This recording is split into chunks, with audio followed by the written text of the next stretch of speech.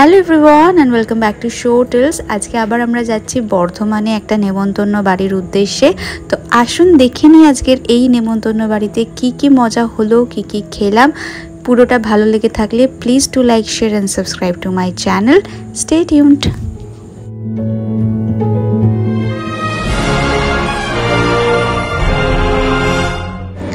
আমার বাড়ি কলকাতা থেকে বর্ধমানের দূরত্ব খুব একটা কম নয়, প্রায় 100 কিলোমিটারের মতো।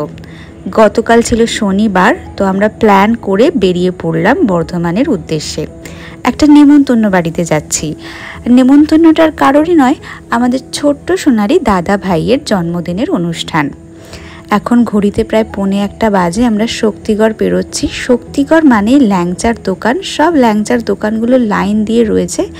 পৌঁছে গেছি আমরা। আজকে পৌঁছাতে বেশ দেরি হয়ে গেল। জিটি রোডে অসম্ভব জ্যাম ছিল জানেন। ডানলপ, দক্ষিণেশ্বর, উত্তরপাড়া, শক্তিগড় পেরিয়ে যখন এসে পৌঁছালাম প্রায় 2:45 বেজে গেছে। যাই হোক, এসে সবার মাঝখানে যখন এসে পৌঁছালাম তখন জার্নির সমস্ত টায়ার্ডনেস চলে গেছিল। আবার সেই পুরনো মুখগুলো মুখের সামনে ভেসে উঠেছে তখন মনে হচ্ছিল কতদিন এদের সাথে দেখা হয়নি, কত গল্প বাকি রয়েছে। সব গল্প আজকে করা হবে। এই ছোট্ট ছোট্ট বাচ্চাগুলোকে কতদিন দেখিনি।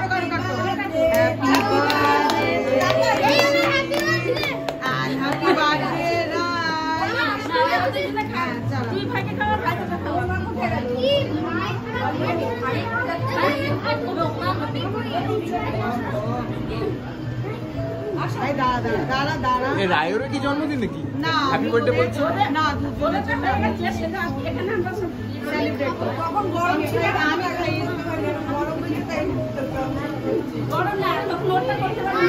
আর একটা তো বলেছিল বার্থডে বয় আজকে নয় এই তো বাচ্চা। আমি আসছি। আপনারা যারা আমার ব্লগ নিয়মিত দেখছেন তারা হয়তো মনে করতে পারবেন যে এই বাড়িটাতেই আমাদের ছোট্ট সোনার ওর ভাইয়ের বর্ধমানে ওয়েলকামের অনুষ্ঠান হয়েছিল কিছুদিন আগে। তো এখানেই ওর দাদা ভাইয়ের জন্মদিনের অনুষ্ঠানটাও হচ্ছে। এই বাড়িটার একটা আলাদা বৈশিষ্ট্য রয়েছে যেটা সবার নজর কাড়ে। সেটা হলো যে বাড়িটার সামনে বেশ অনেকটা খোলা জায়গা রয়েছে, যেখানে সবাই একটু খোলামেলাভাবে বসতে পারে। সমস্ত বিয়ে বাড়িগুলোতে যেরকম বদ্ধ ঘরের মধ্যে বসতে হয় সেরকম না হয়ে এখানে খোলা আকাশের নিচে আপনি অনেকটা টাইম স্পেন্ড করতে পারবেন সবার সাথে। তো সেই জন্য এই বাড়িটাই সবার খুব পছন্দ হয়েছে এবং খুব সুন্দর পরিকল্পনা করেই এই বিয়ে বাড়িটা তৈরি করা হয়েছে। তাই আমাদেরও খুব ভালো লেগেছিল। একটা ঘরও রয়েছে যেটা এয়ার কন্ডিশন না হলে এই গরমের মধ্যে সত্যিই খুব অসুবিধা। তাই জন্য মাঝে মাঝে যখন কারোর একটুখানি হাঁপ ধরে যাচ্ছে গরমে, তারা একটু এয়ার কন্ডিশনে গিয়ে জিরিয়ে নিয়ে আবার খোলা হাওয়াতেই এসে বসতে পছন্দ করছে। এখন সন্ধ্যে 8:30 মতো বেজে গেছে। খাওয়া দাওয়াও এখানে চালু হয়ে গেছে, যেরকম দেখতেই পাচ্ছেন। আসুন দেখে নিই আজকের মেনুতে কি কি ছিল।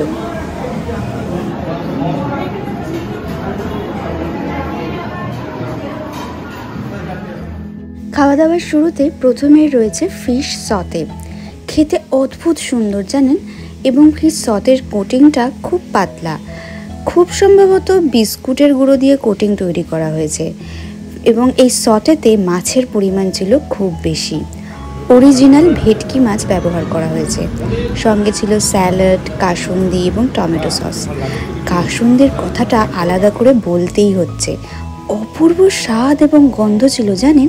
মনে হয় ওরা নিজেরাই ক্যাটারিংয়ের লোকজনই কাসুন্দি তৈরি করেছে।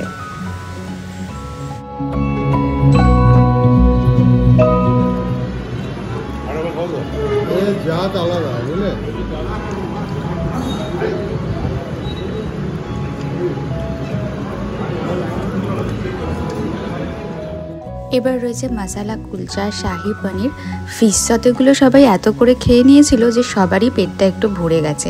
খুব ভালো হয়েছিল কি না, কিন্তু তাও টেস্ট করার জন্য সবাই কুলচাটা একটু নিয়েই নিয়েছে। দাদা ভাই দূরে দাঁড়িয়ে সবার খাবার তদারকি করছে, সবাই ঠিকঠাক খাচ্ছে কিনা সেটা দেখে নিচ্ছে।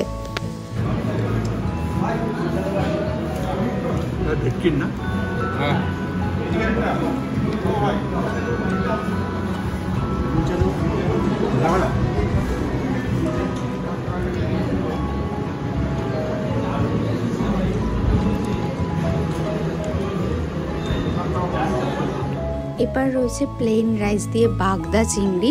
তো বাগদা চিংড়ি যারা এদেশি হোক বা বাঙাল সবার পছন্দ হবেই। অনেক সময় ঘটি বাঙালের লড়াই হয়ে থাকে কার ইলিশ মাছ পছন্দ আর কার বাগদা চিংড়ি পছন্দ, কিন্তু এত সুস্বাদু বাগদা চিংড়ি খেলে বাঙালেরাও হার মানতে বাধ্য। যেরকম নরম ছিল মাংসটা সেরকমই সুস্বাদু, এবং গরম ধোয়া ওঠা সাদা ভাতের সাথে এই বাগদা চিংড়ি কিন্তু একদম জমিয়ে দিয়েছিল। এরপর রয়েছে king of the menu mutton curry. দুর্দান্ত ফ্লেভার আর অ্যারোমা নিয়ে হালকা স্বাদের এই মাটনের ঝোলটা ছিল। গ্রেভিটা খুব একটা থেকও ছিল না, তেলের পরিমাণও খুব বেশি ছিল না, এবং মাটনগুলো ছিল ফ্রেশ, সুসিদ্ধ, একদম মুখে দিতেই গলে যাচ্ছে। সব থেকে বড় কথা, এই মাটন কারি খেলেও আপনার পেট খুব একটা ভার লাগবে না। এক কথায় অনবদ্য স্বাদ। মাটন আমার অলরেডি খুব একটা প্রিয় জিনিস, এবং শোটেলসের ব্লগে যারা আপনারা নিয়মিত দেখেন তারা জানেনই যে আমি এই মাটন কারি নিয়ে অনেক ব্লগ বানিয়েছি। নেমন্তন্ন বাড়ি হোক, বাড়িতে রান্না হোক, প্রচুরবার। কিন্তু এই ক্যাটারিংয়ের মাটন কারিকে আমি আমার লিস্টে ওপরের দিকেই রাখবো। এই স্বাদ ভোলার নয়।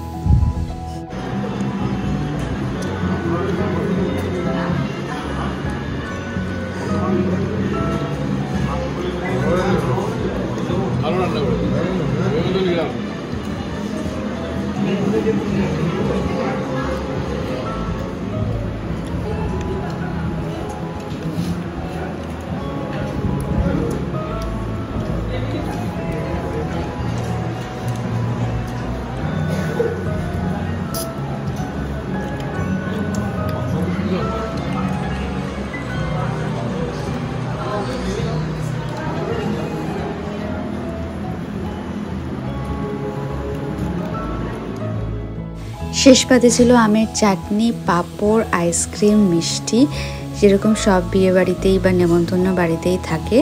এবং এই মাটন খাওয়ার পরে চাটনিটা খেতে সত্যিই বেশি তৃপ্তি লাগে।